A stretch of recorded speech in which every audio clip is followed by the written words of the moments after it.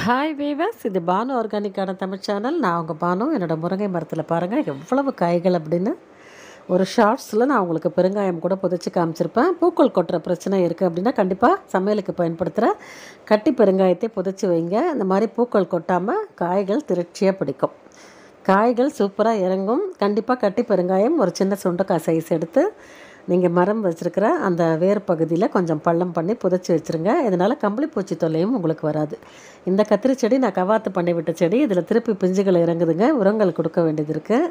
சத்துக்கள் குறைபாடு தாங்க செடிக்கு இருக்குது. காசு கொடுத்து உரங்கள் வாங்கி நம்ம கார்டனிங் பண்ண வேண்டாம். நம்ம வேண்டாம்னு சொல்கிற தூக்கி கொட்டுற காய்கறி கழிவு மட்டுமே வச்சு இந்த மாதிரி ஒரு சூப்பரான கார்டனிங் எல்லாருமே பண்ணலாம். நான் பண்ணிக்கிட்டு இருக்கேன். நீங்களும் முயற்சி பண்ணுங்கள். இன்றைக்கி தக்காளி அறுவடை, மணத்தக்காளி கீரை அறுவடை, அதுக்கப்புறம் கொஞ்சமாக கோவக்காய் இருக்குது, அதையும் பறிச்சிக்கலாம்.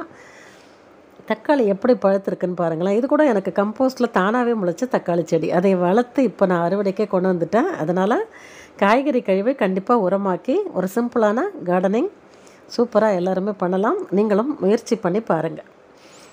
இப்போ தான் என்னோடய சேனலை ஃபஸ்ட் டைம் பார்க்குறீங்கன்னா பானு ஆர்கானிக் கார்டன் சேனலை லைக் பண்ணுங்கள், வீடியோவை ஷேர் பண்ணிக்கோங்க. மறக்காமல் சேனலுக்கு சப்ஸ்கிரைப் பண்ணி சப்போர்ட் பண்ணுங்கள். எப்படி செக்கச்சவேல்னு பார்க்கவே பியூட்டிஃபுல்லாக இருக்குது பாருங்கள் தக்காளி. இது கம்போஸ்ட்டில் நம்ம வேண்டாம்னு சொல்லி காய்கறி கழிவில் போடுற அழுகின தக்காளிலேருந்து முளைச்ச செடி. அதுலேருந்தே இன்றைக்கி ஒரு சூப்பரான அறுவடை. கிட்டத்தட்ட 3/4 கிலோவுக்கு மேலே நான் தக்காளி பறிச்சிருக்கேன். 1 கிலோவுக்கு கொஞ்சம் கம்மியாக இருக்கலாம். அவ்வளோ தக்காளி பறிச்சிருக்கேன் பாருங்கள் 2 செடியிலேருந்து. கண்டிப்பாக காய்கறி கழிவுலேருந்து அந்த கம்போஸ்ட்லேருந்தே நமக்கு செடிகளும் கிடைக்கும். அப்படி கிடைக்கிற செடியை நீங்கள் நல்ல ஒரு சிறப்பான மண்கலவையில் மாற்றி வச்சுட்டு அது பூக்கள் வைக்கிற நேரத்தில் நீ கொஞ்சம் 2 கைப்பிடி மண்புழு உரமோ அல்லது ஆட்டு மாட்டு சாண எருவோ மட்டும் கொடுத்தீங்கன்னா போதும். சூப்பராக காய்கள் கிடைக்கும். இதுதான் நான் பண்ணிக்கிட்டு இருக்கேன். உங்களையும் பண்ண சொல்கிறேன். இதை நீங்கள் பொழுதுபோக்காக செஞ்சாலும் சரி, இல்லைனா முழு நேர வேலையாக செஞ்சாலும் சரி, ஒரு மருந்து நெடி இல்லாத ஒரு ஆரோக்கியமான ஒரு காய்கறி, ஒரு கீரை எல்லாமே நம்ம மாடி தோட்டத்துலேருந்து ஆர்கானிக்காக விளைய வச்சு சாப்பிட முடியும். அதுதான் இந்த மாடி தோட்டத்தோட ஒரு சிறப்பு பார்த்திங்கன்னா அதுதான். இந்த மணத்தக்காளி கீரையில் காய்கள் வச்சுருக்கு பாருங்கள். அதனால் இன்றைக்கி நான் நிறையவே பறிச்சுக்கிட்டேன் சமையலுக்கு. எங்கக்கிட்ட தொட்டியே இல்லைங்க. சின்ன சின்ன தொட்டி தான் வச்சுருக்கோம். ஒரு 10-20 தொட்டி தான் இருக்குன்னா கூட நீங்கள் செடிகள் வச்சுருக்கிற பெரிய செடிகளுக்கு கீழே இந்த மாதிரி கீரை விதைச்சி நீங்கள் ஊடு பயிராக எடுத்துக்கலாம். அதுக்கு நிறைய உங்களுக்கு இடம் வேணும் அப்படிங்கிறதுல இது நீங்கள் பார்க்குறீங்கல்ல, கருவேப்பிலை செடிக்கு அடியில் நான் மணத்தக்காளி கீரை போட்டிருக்கேன். அதே மாதிரி முருங்கை மரம் இருக்கிற கேனில் மணத்தக்காளி கீரை விதைச்சிருக்கேன். அதுலேருந்தே கீரைகள் பறிச்சுக்கிறேன் பாருங்கள். நம்ம வச்சுருக்கிற பெரிய செடி மரம் மாதிரி மேலே இருக்குது. கீழே இது மூடாக்கு மாதிரியும் உங்களுக்கு வேறு பகுதியில் செயல்படும். ஒரு நிழல் பரப்பை அதுக்கு அந்த செடிகளுக்கு அது ஏற்படுத்தி கொடுக்கும். ஈரப்பதத்தை தக்க வச்சு கொடுக்கும். இடமே இல்லைங்கிறவங்க இந்த மாதிரி முயற்சி பண்ணி பாருங்கள்.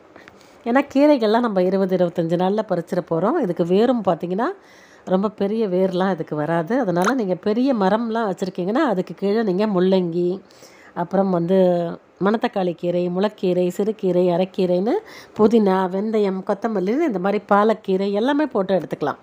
கண்டிப்பாக ட்ரை பண்ணி பாருங்கள். அதே மாதிரி பழைய மண்கலவையை எப்படி உயிர் கொடுக்கறது அப்படின்னு நிறைய பேர் கேட்பீங்க. அதுக்கும் நான் இன்றைக்கி உங்களுக்கு சொல்கிறேன்.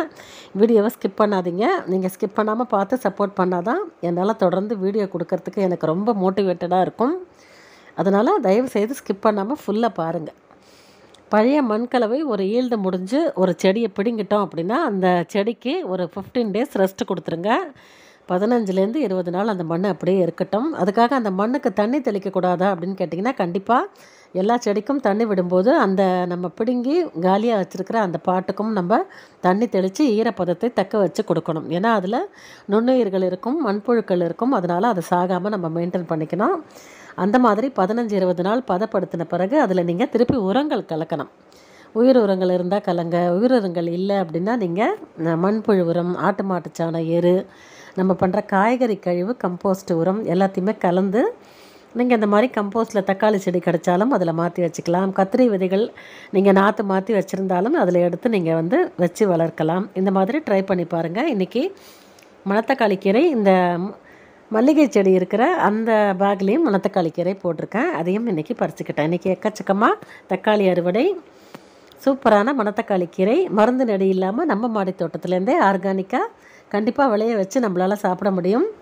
நம்ம வேண்டாம்னு சொல்கிற தூக்கி கொட்டுறோம் பார்த்திங்களா, அந்த கழிவு தாங்க திருப்பி நமக்கு இப்படி காய்களாகவும் கீரைகளாகவும் பழங்களாகவும் நமக்கு கிடச்சிக்கிட்டே இருக்குது. கண்டிப்பாக காய்கறி கழிவு வச்சு ஒரு சிறப்பான கார்டனிங் பண்ணலாம். கம்போஸ்டிங் சார்ந்து நிறைய வீடியோ போட்டிருக்கேன், பார்க்காதவங்க பாருங்கள். வீடியோ பிடிச்சிருந்தால் லைக் பண்ணுங்கள், ஷேர் பண்ணுங்கள், மறக்காமல் சப்ஸ்கிரைப் பண்ணி சப்போர்ட் பண்ணுங்கள். தேங்க்ஸ் ஃபார் வாட்சிங்.